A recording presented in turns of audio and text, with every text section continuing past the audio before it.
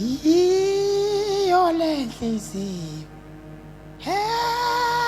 engonisayo ayibulawe ayibhujiswe iyo le nhliziyo ihamba iyangikhipha iyangifaka iyangikhohlisa ayibulawe ayibhujiswe Kodwa bakhona inabantu eDubai